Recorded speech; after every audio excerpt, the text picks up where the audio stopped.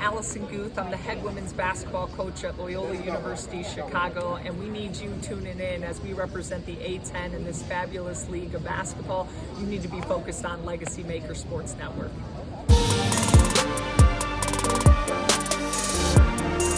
All right, ladies and gentlemen, this is Robb Johnson of the LegacyMaker Sports Network. I am here with Loyola-Chicago. How are you guys doing today? We're doing great. Thank you well. for checking in. How about you? I'm doing good. Coach Guth, you were at Yale, and I believe you were, 99 and 74 there at your time?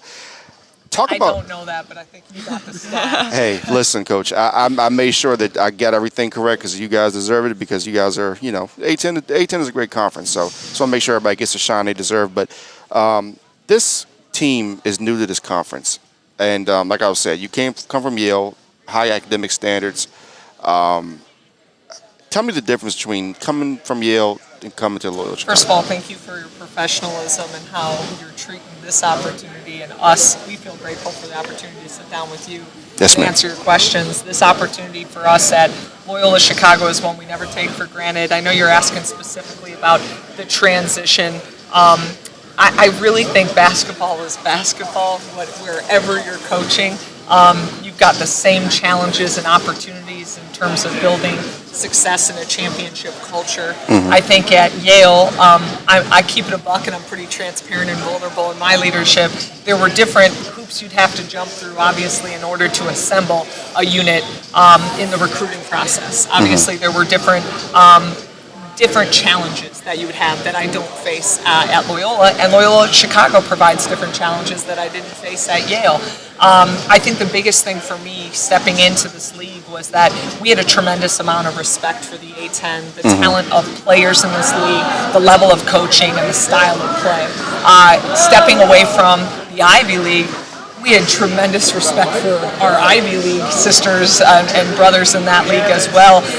In the rankings, if you look at 32 conferences and where they're ranked in league play, the A10 was coming in right at that same level as Ivy League. And so I think stepping into this opportunity, what drew me to Loyola-Chicago was the leadership at the university, from the president to our athletic director. I knew that this was a place that could deliver on core values. And for me personally, I'm always looking for opportunities that align with my personal values.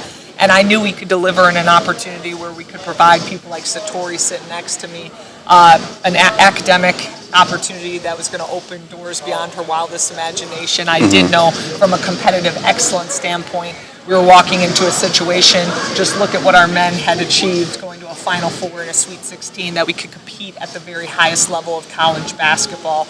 And then from a piece that is unique just personally to me and the university, a place that celebrates social responsibility. And I'm going into year 19 of coaching women's basketball. Done it in the Big 10, the Big East, the Big 12, the Ivy League, and now this opportunity in the A10. And there's no place that is led with social responsibility the way that Loyola-Chicago does. It's interwoven into the mission, and I think it lends really beautifully to building team.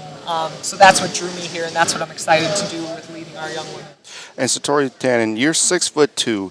You averaged last year 9.9 points per game, 6.3 rebounds per game, which is not easy by any stretch of no imagination, and almost 2 assists per game.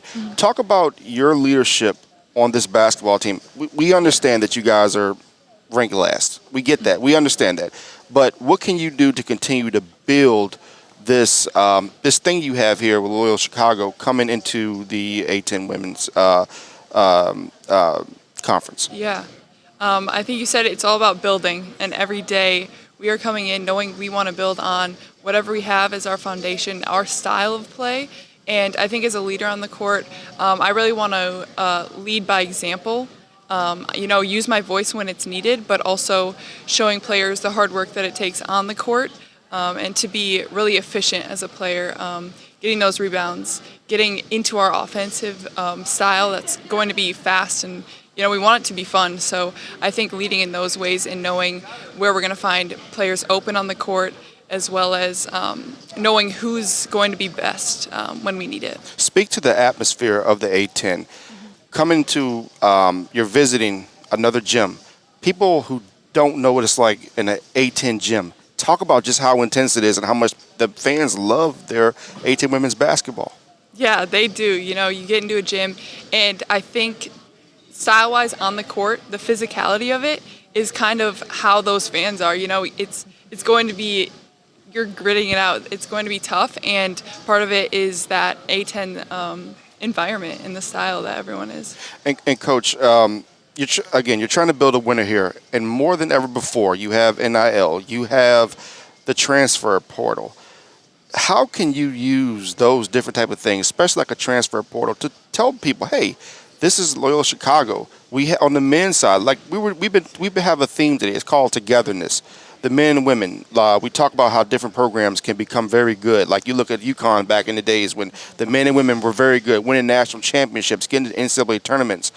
How can you draw that inspiration and tell people and tell recruits, hey, we have a good tradition here. Even though we haven't built what we want to yet, we don't have any NCAA tournament appearances. You look at St. Louis; they had their first one last year, 17 and 18, 17 and 17 going to the tournament. How can you tell people about how you can build that relationship and how you can make this into a good program, a great program? I think it starts with knowing who you are. I mean, we're a passion-driven organization that's relationship-focused, and when you get a group of people that actually believe in one another, actually trust one another, and actually love each other enough to tell each other the hard truths, really special things could happen. We're talking magic. Yes. And I wasn't surprised at SLU's success with Coach Tillett and their staff and their players. We played them early on in the season, and I immediately knew what she was going to expect out of her players and how they were going to defend and how they were going to operate. And I was proud to be part of a league where what Tammy Reese has built at Rhode Island and what Tori Verde and now passes on to Mike at UMass had.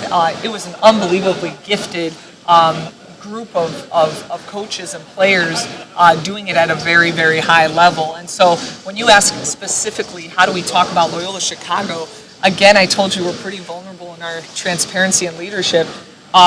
We absolutely know that it has not been done. We're looking for the right women who want to be about it in raising a banner and say we're part of the reason why there is success at this university and in this place. I personally feel compelled. This is where I fell in love with coaching basketball 19 years ago as an assistant when Shannon Reedy gave me an opportunity as an assistant on her staff. I knew this place could be special. It could be a gem in the city of Chicago. You just talked about the A10 in general. We get to represent the city of Chicago and take it to meccas of basketball cities like DC and Philly and New York. It's a basketball-centric conference. It's big-time basketball. Anytime you're talking about big-time basketball, it's the opportunity to play in the dance, to play in the tournament, to lace them up. It's the dream.